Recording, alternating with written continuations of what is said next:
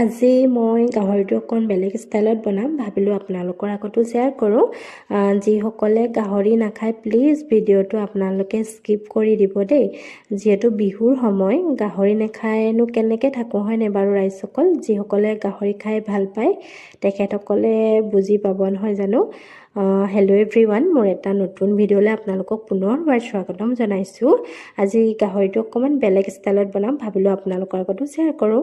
প্ৰথমতে মই জিৰা আৰু গোটা ধনিয়াখিনি ধুনীয়াকৈ দি লৈছোঁ। তাৰপাছত পিঁয়াজখিনি কাটি ৰখা দি দিছোঁ আৰু এইখিনি অলপ সময় ভাজি ল'ম।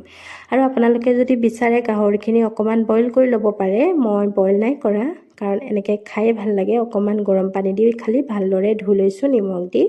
এয়া দেখিছেনে গাহৰিখিনি দি মই ঢাকি ভাজি ল'ম যেতিয়ালৈকে গাহৰিখিনিৰ পৰা তেল ওলাই নাহে।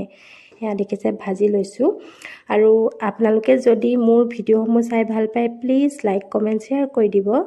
আৰু মোৰ যিহেতুকে গাটো ইমান এটা ভাল নহয় সেইকাৰণে মাতটো ইমান ভালকৈ অহা নাই, কিন্তু দেই বেয়া নাপাব, তাৰ কাৰণে মাতটো ইগন'ৰ কৰিব আপোনালোকে।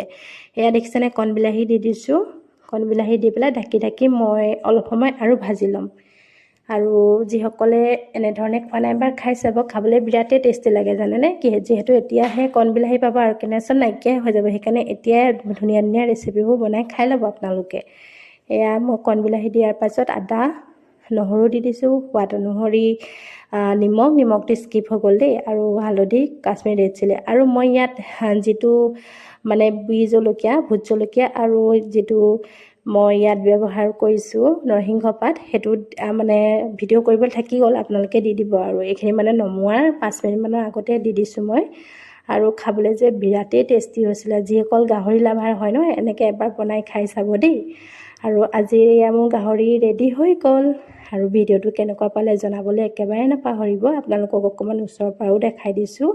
আৰু মোৰ ভিডিঅ'টো শেষলৈ চোৱাৰ কাৰণে আপোনালোকক বহুত বহুত ধন্যবাদ। আৰু কমেণ্ট এটা কৰিবলৈ কিন্তু একেবাৰে নাপাহৰিব।